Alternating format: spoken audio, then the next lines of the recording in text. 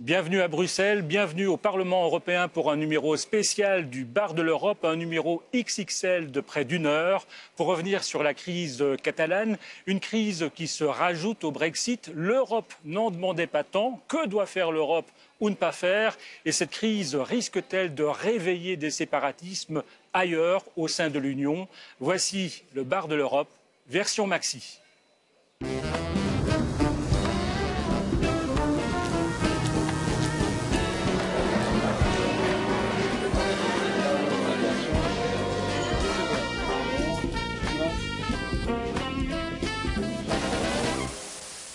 Et je vous présente Esmeralda Labi qui va m'accompagner tout au long de cette émission. Alors d'abord, Esmeralda, on va essayer de comprendre comment on en est arrivé là et ce que veulent vraiment les Catalans, les séparatistes en tout cas. Et vous avez rencontré un militant catalan qui est aussi un personnage. Oui, un personnage, on peut le dire. Ivan Fox a 61 ans, c'est un comédien. Metteur en scène, artiste plasticien, bref, c'est un homme aux multiples facettes. C'est aussi un homme qui possède deux nationalités. La première britannique, la seconde espagnole. Et c'est celle-là qui lui pose problème, puisqu'il n'a qu'une seule envie, devenir citoyen catalan dans une nation catalane indépendante. C'est le combat de sa vie, Paul, on peut le dire, c'est aussi le rôle de sa vie. Ivan Fox, comédien et militant, et on se retrouve juste après avec un invité en plateau qui aura un avis un petit peu divergent.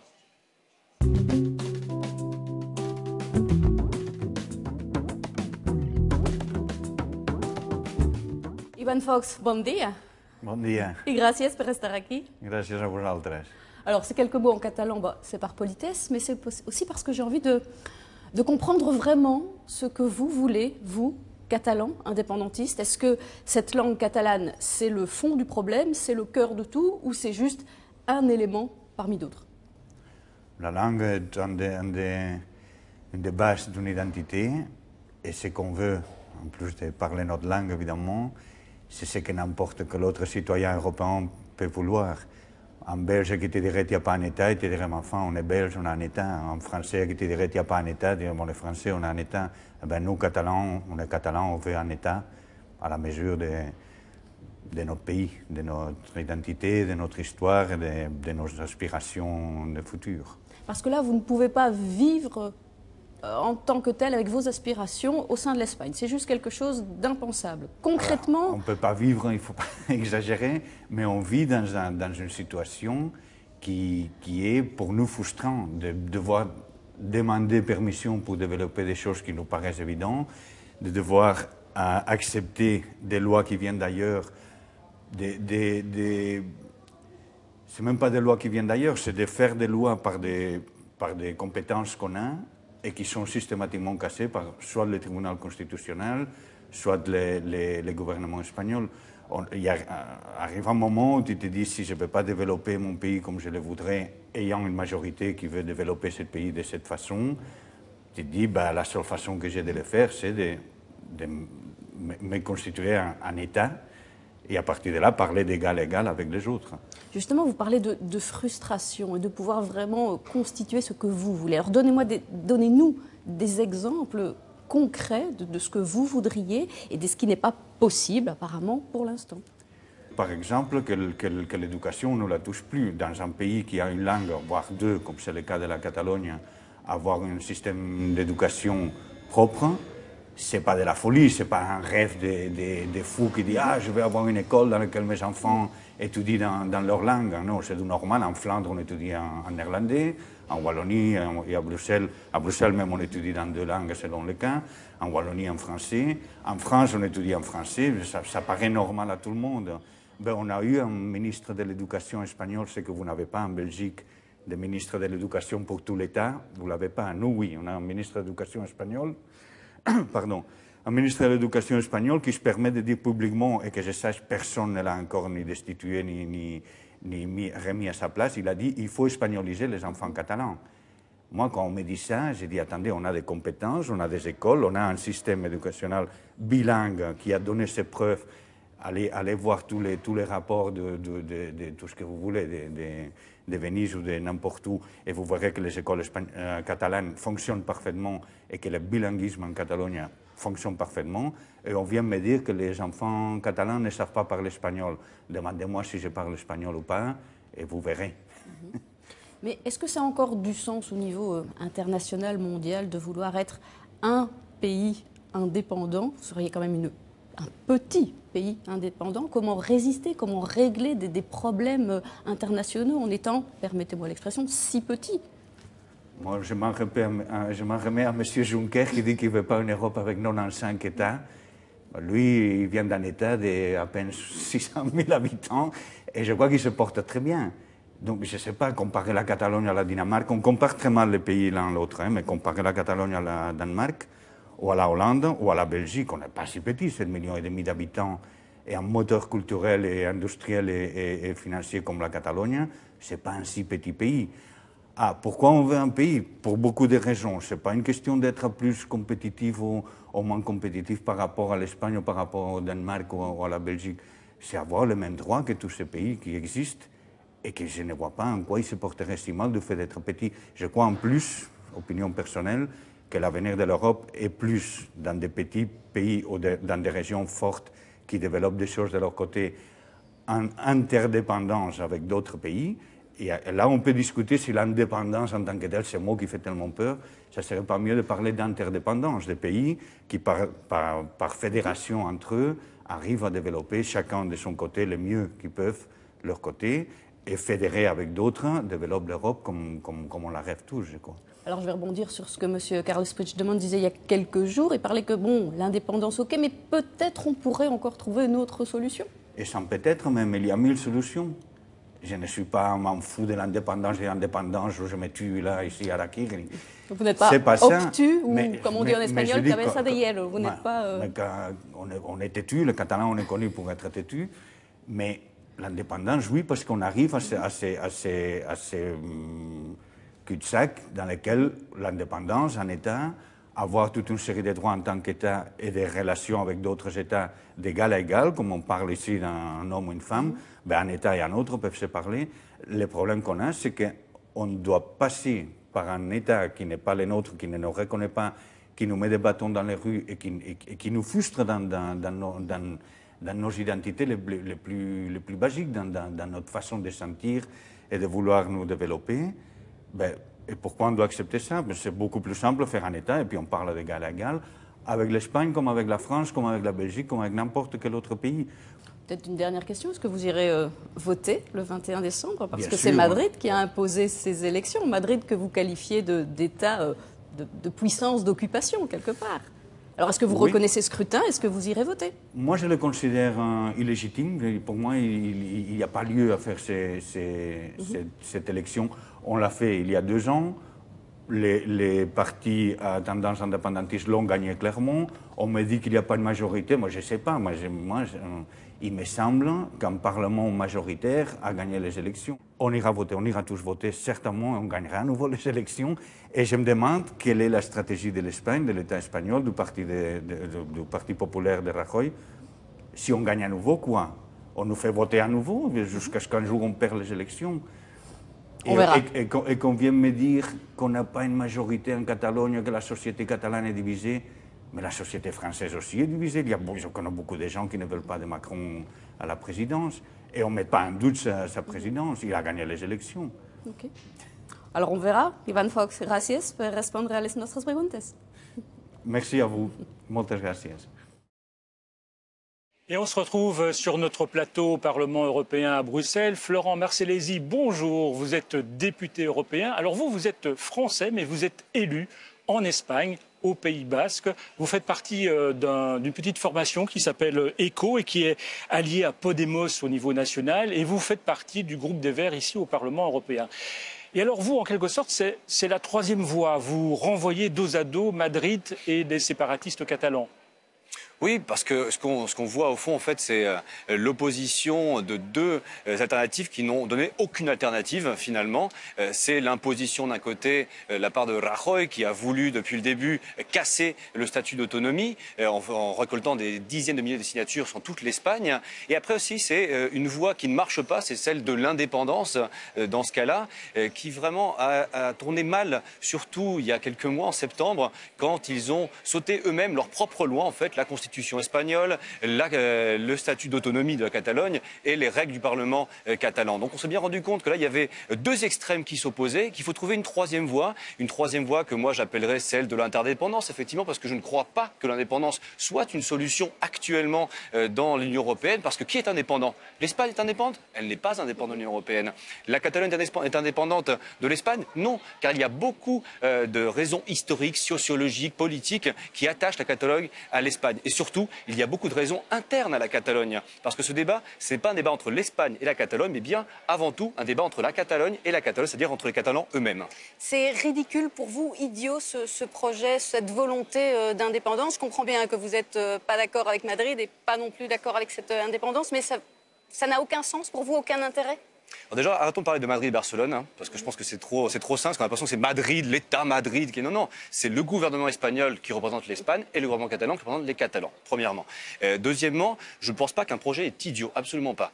Donc, pour moi, il est tout à fait légitime, mais je ne le partage pas, parce que je pense que ce n'est pas la bonne solution au problème qu'on a actuellement. Si on prend l'émigration globale, si on prend le changement climatique, moi la question que je pose c'est, est-ce que l'indépendance règle ces problèmes? Ma réponse est qu'actuellement, elle ne règle pas ces problèmes. En Catalogne, on a eu 30 ans de gouvernement par le centre droit bourgeois, qui a d'ailleurs gouverné longtemps avec le Parti populaire en Espagne, et qui a mis en place les politiques d'austérité, tout simplement. Donc pour moi, ce n'est pas ces partis-là qui vont donner la solution aux problèmes qu'on a actuellement sur la pauvreté, sur le changement climatique. Donc on a besoin d'une voie autre. Qu'est-ce qu'il faut? C'est quoi la solution demain pour arriver à mettre un terme à cette crise? Parce que là, quand même... Déjà, le premier truc, ce serait le dialogue. Peut-être que les gens se remettent autour de la table et commencent à discuter tout simplement. Parce que pour l'instant, on est dans l'émotion pure et dure. On est dans l'insulte, l'invective. On n'est pas vraiment dans la construction d'un projet. C'est-à-dire, on va se rencontrer, on va s'asseoir, on va voir ce que vous proposez depuis le gouvernement espagnol, ce que vous proposez le gouvernement catalan, mais surtout ce que proposent les Catalans entre eux. Donc, je répète, il y a quand même une grosse division dans la population catalane. Parce qu'actuellement, les partis qui montent, c'est qui? C'est un parti qui s'appelle Esquerra Republicana de Catalunya, qui est un parti indépendantiste de centre-gauche. Et l'autre parti, c'est Ciudadanos, un parti plutôt de centre-droit, mais qui naît en Catalogne et qui est profondément pro-espagnol. Donc on voit bien quand même qu'il y a deux pôles qui s'opposent en Catalogne et qui ont besoin de parler entre eux. On voit bien que ce dialogue, il est compliqué. Est-ce que l'Europe doit s'en mêler?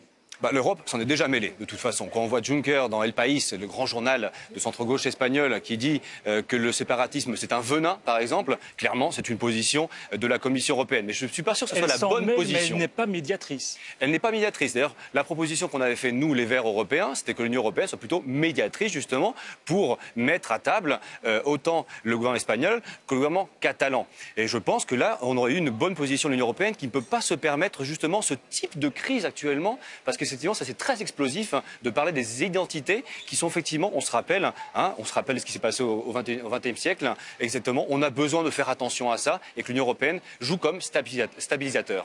Alors, on va écouter précisément le point de vue de Madrid. J'ai rencontré à Strasbourg, il y a quelques jours, un député européen espagnol, c'est Santiago Fisas. Il est membre du Parti populaire au pouvoir à Madrid et il est catalan. Regardez.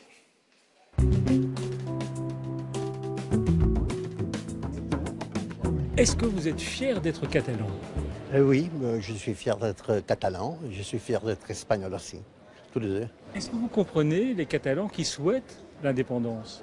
Je ne partage pas cette idée, mais s'ils demandent l'indépendance sur un point de vue légal, chacun est libre de penser ce qu'il veut. Demander, réclamer l'indépendance, c'est légitime. Et oui, toujours. Si on fait les choses dans les règles, avec le respect de la Constitution et d'une forme pacifique. Puigdemont, il a fait une grosse boulette ou c'est un coup d'État? À mon avis, ça a été... il a essayé de faire un coup d'État, je dirais, non? Parce que vraiment, on l'avait prévenu. Et alors, quand même, il a agi contre la Constitution espagnole, mais pas seulement contre la Constitution espagnole, il a agi contre la Constitution catalane, qui dit que pour changer un article important comme celui-ci, il faut 2/3 de vote du Parlement. Alors il n'a pas respecté ni la Constitution espagnole ni la Constitution catalane. Mais la démocratie, c'est uniquement respecter les textes de loi, la Constitution. C'est plus que ça, la démocratie. Mais vous savez, il n'y a pas de démocratie sans loi. Tout d'abord, il faut respecter la loi, et puis on vote. Moi, j'ai vécu sous la dictature de Franco, et on votait. Alors, voter, ça ne veut pas dire démocratie. Il faut voter dans le respect de la loi, toujours, l'état des droits. Maître Puigdemont et des parlementaires, des ministres en prison, est-ce que ça, c'est quand même pas un petit peu trop fort? D'abord, c'est une question de la justice. C'est la justice qui décide. La justice en Espagne et en Belgique d'ailleurs, elle est libre. Et on ne le met pas en prison pour ses idées. On le met en prison pour avoir pas accepté la loi, pour avoir agi contre la loi. Alors si la justice croit qu'il faut faire ça, c'est à eux de décider.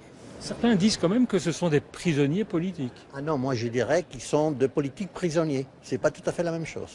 Comment vous voyez l'issue de cette crise qui est quand même très pénible à la fois pour les Catalans, pour l'Espagne, pour l'Europe?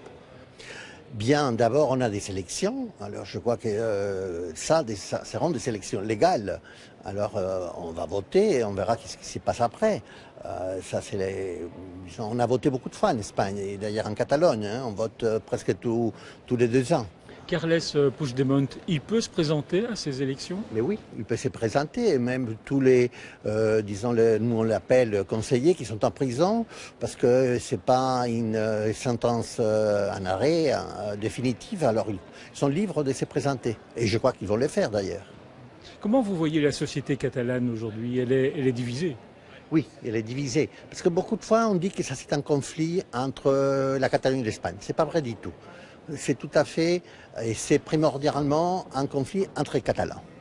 Et je peux vous dire, hein, parce que ça sont simplement le résultat de toutes les élections, qu'il n'y a pas une majorité pour l'indépendance de la Catalogne. Parce qu'aux dernières élections catalanes, le parti indépendantiste a dit non, ça c'est un plébiscite, ils ne sont pas gagnés. Pour faire un plébiscite, on compte le voix, pas les sièges. Et finalement, parce que la répartition des sièges, ça ne correspond pas toujours à la répartition de voix, ils ont eu une petite majorité, et tout ça appuyé avec un parti d'extrême gauche que pour eux, l'indépendance, c'est simplement un premier pas pour la révolution.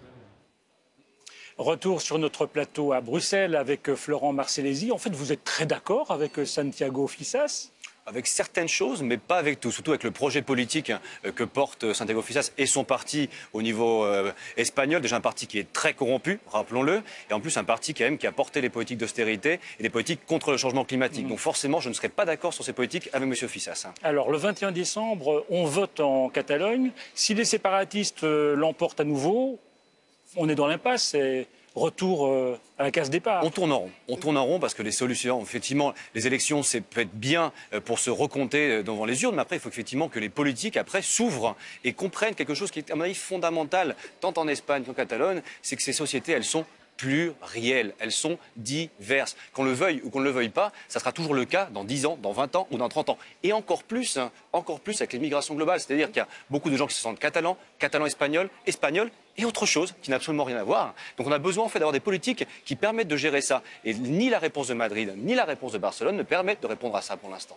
Ce qui est dommage aussi, hein, on le constate vraiment ces dernières semaines, c'est la division de la société catalane, mais aussi la société espagnole. Je pense qu'on peut même aller au-delà du mot division et parler d'une certaine radicalisation parfois. C'est très dur ce qu'on entend d'un côté comme de l'autre. Ah, tout à fait. Ce qu'on a actuellement, c'est qu'on a 2 mots qui reviennent toujours. Soit on est fasciste, soit on est traître. Donc dans ces cas-là, c'est vraiment dur en fait de faire la politique. Et on a besoin de faire baisser effectivement le niveau d'invective, le niveau d'émotion, et revenir un peu plus de raison en fait et de comprendre ce qui est en train de se passer. On a un problème par exemple sur le pacte fiscal par exemple, et ben on va en parler tout simplement. On a un problème par exemple où on veut améliorer l'enseignement de la langue catalane qui est déjà enseigné dans toutes les écoles d'ailleurs, et on en parle, il n'y a pas de problème. On va parler sur le symbole, sur le symbole de la nation, on en parle, mais il faudrait peut-être revenir tout simplement à se traiter comme être humain d'une même société pour pouvoir arriver à régler ces problèmes, et je pense que c'est ce qui manque en Catalogne actuellement. Alors, vous avez été élu dans le Pays basque qui a longtemps réclamé son indépendance, y compris par la violence. Aujourd'hui, on a l'impression qu'il y a de l'eau qui a coulé sous les ponts. C'est en tout cas ce qui ressort de ce reportage de Caroline Hick et Hicham Boukrouf. Bilbao, à 600 km de Barcelone. Avec son musée Guggenheim et ses quartiers et marchés typiques, elle attire chaque année des millions de touristes. Et c'est bien ça qui compte aux yeux de Jon, bien plus que les questions liées à son identité basque. Vous savez, avant, chez nous, la politique, c'était un peu comme ce qui se passe en ce moment en Catalogne. Mais ces dernières années, nous les Basques, on a mis la politique de côté. On se concentre sur d'autres priorités, comme notre bien-être au quotidien. Depuis 6 ans, la vie a bien changé au Pays basque espagnol. En 2011, l'ETA, organisation indépendantiste basque, met fin à 50 ans de lutte armée, avec sur les bras un lourd bilan de plus de 800 victimes dans toute l'Espagne. Ici, le nationalisme a longtemps été associé à la violence, et aujourd'hui les Basques aspirent à la tranquillité. Nous, les Basques, on a vécu tellement d'années de conflits. Conflits politiques, violence, une société hyper politisée.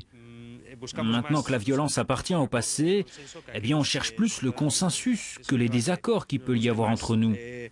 On préfère voir ce qu'on a en commun plutôt que de comparer le projet politique de chacun. Selon un sondage récent, 60% des Basques ont peu, voire pas du tout envie que leur région devienne indépendante. Il faut dire que le Pays basque bénéficie déjà d'une très grande autonomie. C'est d'ailleurs sans doute aujourd'hui la région qui a le plus de pouvoir en Europe. Et cela tient à une particularité du Pays basque et de sa région voisine, la Navarre. Ces deux régions ont un atout de poids, l'autonomie financière. En clair, c'est le Pays basque qui perçoit directement l'impôt sur son territoire. Le Pays basque lève lui-même tous les impôts que paient les Basques et en reverse une partie au gouvernement de Madrid. Le Pays basque est la seule région d'Europe où le gouvernement central ne peut imposer aucun impôt. Cela vous permet par exemple de développer votre propre politique industrielle. Vous pouvez contrôler le niveau de taxation de vos entreprises. En fait, ça vous donne vraiment une capacité de décision et des ressources que les autres régions n'ont pas. La Catalogne a en son temps refusé ce système. Elle s'en mord aujourd'hui les doigts. Entre le Pays basque et Madrid, tout n'est pourtant pas encore réglé. La méfiance est perpétuelle. La coalition nationaliste au pouvoir réclame encore plus de compétences comme la gestion de la sécurité sociale et des prisons, mais aussi la reconnaissance de la nation basque. Il faut donc se méfier de l'eau qui dort. Il y a 5 ou 10 ans en Catalogne, on n'imaginait pas le scénario actuel. Qui sait comment le nationalisme basque peut encore évoluer. C'est vrai, Florent Marcellesi, le nationalisme basque qui semble endormi pourrait se réveiller ? Non, au contraire, je pense qu'il va rester endormi parce que ce qu'il voit en Catalogne, ça lui plaît pas trop. Parce que souvent bien vu, effectivement, moi je vivais au Pays basque et ce qu'on a eu là-bas, c'est quand même des années de plomb très très longues, une société hyper politisée et violente. C'est-à-dire qu'on se réveille le matin, on descend de chez soi et d'un seul coup on voit 3 jeunes avec le masque, la cagoule et le cocktail Molotov. Et ben ça, on n'a plus envie de le vivre. Donc forcément, actuellement, au Pays basque, on voit ça de loin, on dit voilà, nous on veut pas ça, on veut une autre voie. Et je pense que c'est une voie beaucoup plus tranquille justement, basée encore une fois sur le dialogue et comment on peut mettre différentes pièces. Vous pourriez presque être des médiateurs. C'est ce d'ailleurs a essayé le président du gouvernement basque. Il a essayé, mais malheureusement, je pense qu'il s'est fait lui-même. Il a eu cette sensation de se faire trahir dans le dernier moment par Puigdemont, qui n'a pas accepté finalement la proposition que lui avait fait le médiateur basque. Revenons peut-être un petit peu sur ce statut dont bénéficie le Pays basque. Ce n'est pas le même que la Catalogne. Est-ce que justement la solution n'est pas là, ce serait d'harmoniser ces statuts? On sait qu'il y a 17 autonomies en Espagne, il y a plus ou moins 3-4 statuts différents. Est-ce qu'il ne faudrait pas mettre tout le monde sur un même pied d'égalité pour éviter les velléités, les jalousies des uns et des autres? Alors ce qui est clair, c'est que si on ouvre ça, c'est une boîte de Pandore déjà en Espagne. Pourquoi? Parce que effectivement, le Pays basque a des privilèges très clair. D'autres la voudraient. D'autres régions sont sous-financées par rapport à d'autres. Et donc, on a besoin de rouvrir toute la financiation autonomique, comme on l'appelle en Espagne, pour pouvoir trouver une solution globale pour tout le monde. Et c'est très très dur parce que chaque région est différente. Par exemple, la Catalogne industrielle n'a pas grand-chose à voir avec la Castille, par exemple, qui est beaucoup plus rurale. Le Pays Basque industriel, par exemple, aussi. Mais on a besoin de recouvrir tout ça à la fois pour trouver une solution, par exemple. Donc revoir la Constitution, alors, quelque part. Alors c'est la Constitution et c'est aussi le pacte fiscal en lui-même. C'est-à-dire qu'il faut vraiment évoluer vers une Espagne fédérale qui en elle-même utilise aussi le fédéralisme fiscal. C'est vraiment la solution qu'il faudrait mettre en place et parler doucement et tranquillement entre tous. Florent Marcellesi, merci d'être venu vous accouder au bar de l'Europe.